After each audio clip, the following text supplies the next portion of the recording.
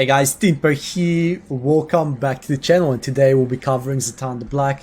Who is Zatan the Black, you ask?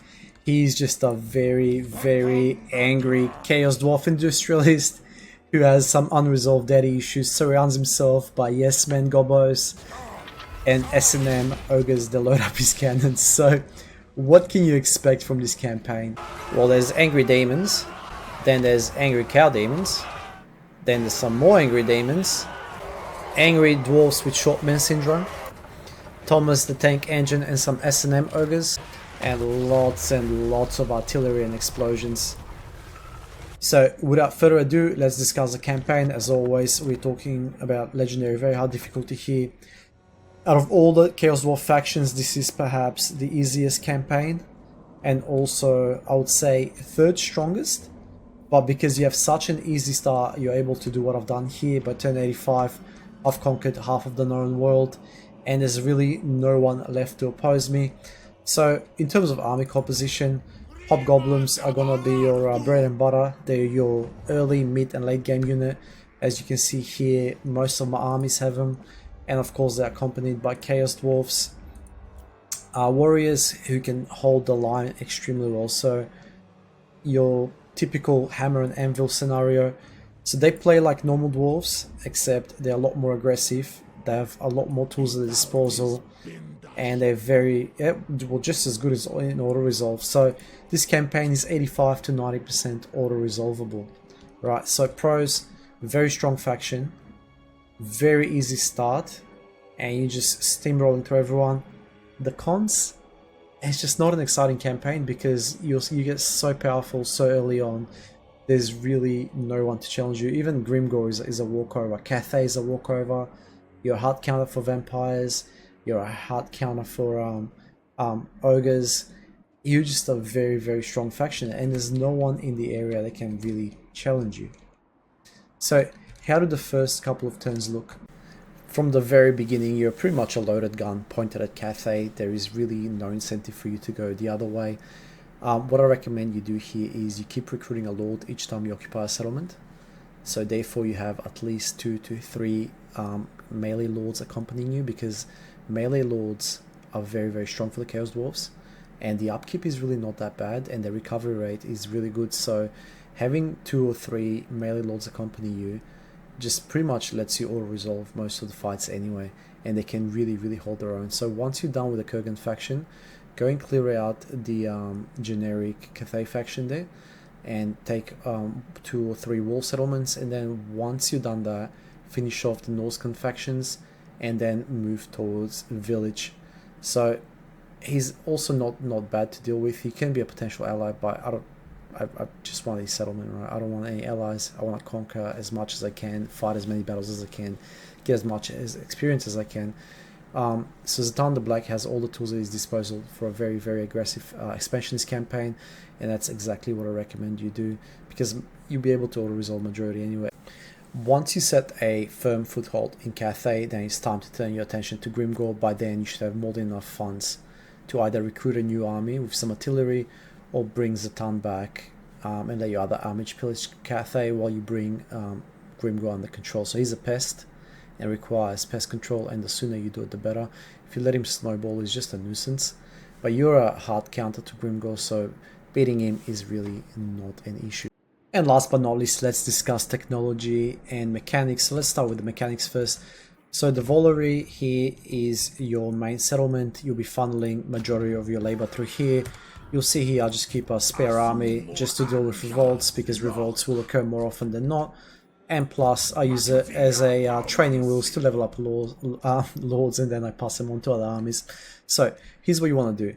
When you start from the Valory all the way through, you want to be pumping out as many outposts as you can.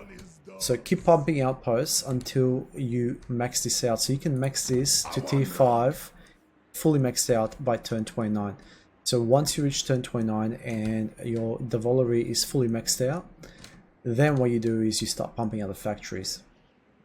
And then once you start pumping out those factories, you should be able to get a decent flow of armaments anyway by then, and recruiting Chaos Warriors is not that expensive. So there's no reason for you not to run 2 to 3 in each army, and they will perform miracles for you because they are the enablers for the hobgoblins to go and essentially clear everyone out.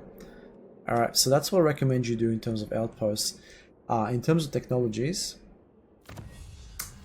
what I usually go with is the very first time I pick is the Stronghold Syndrome, and then I move down Sorcery and I go down this way because Powers of Conclave is busted.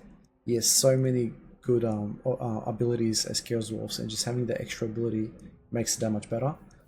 That's great. That is also great there as well. And then you can move on to your military. I would recommend you do this, and then you go down the artillery line here.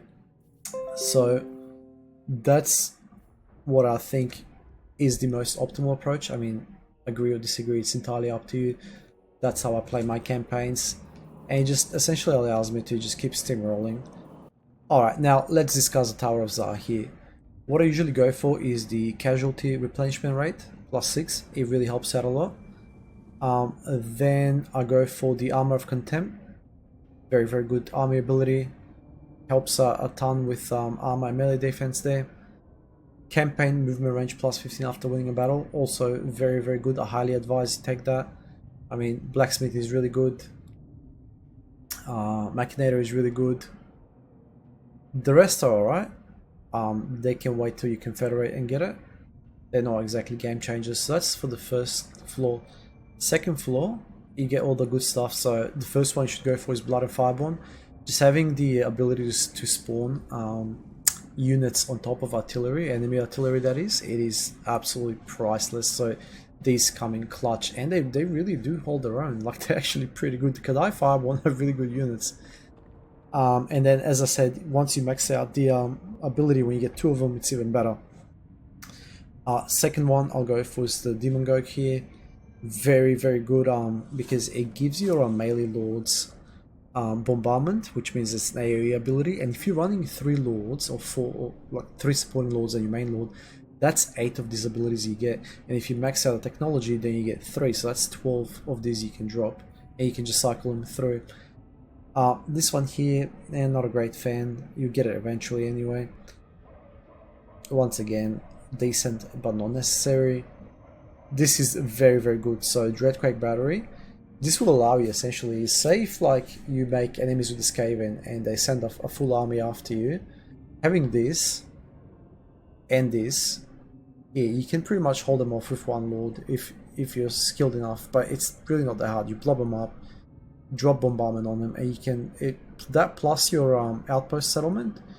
The units in your outpost, you'll be fine to hold off against the majority of factions out there, unless they're large like the ogres. Bombardments don't work as good. So that's good there. This is also very good. Expound General. And then for the third floor here, once again some really good ones. What I would go for here is the Doom of Hashut. The more abilities you have, the better. Once again, with technology, you can get an extra use out of it.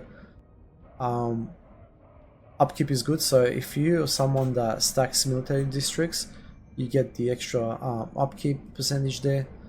And then here you got just okay ones, but I'll go for these 2 first. And then the first faction to confederate is the Servants to Conclave, and then I get Legion of Asgorth, and I save Disciple of Hashut last because he's the guy that holds off Boris and Kislev. And in this campaign, Boris wiped out Archaon, wiped out all the Chaos factions. So, yeah, he's been pretty nutty since patch 4.2. Anyways, guys, thank you for watching. I do appreciate your time. If you do enjoy the content, please don't forget to come back for some more and hit the subscribe button. And I hope to catch you next video. Peace.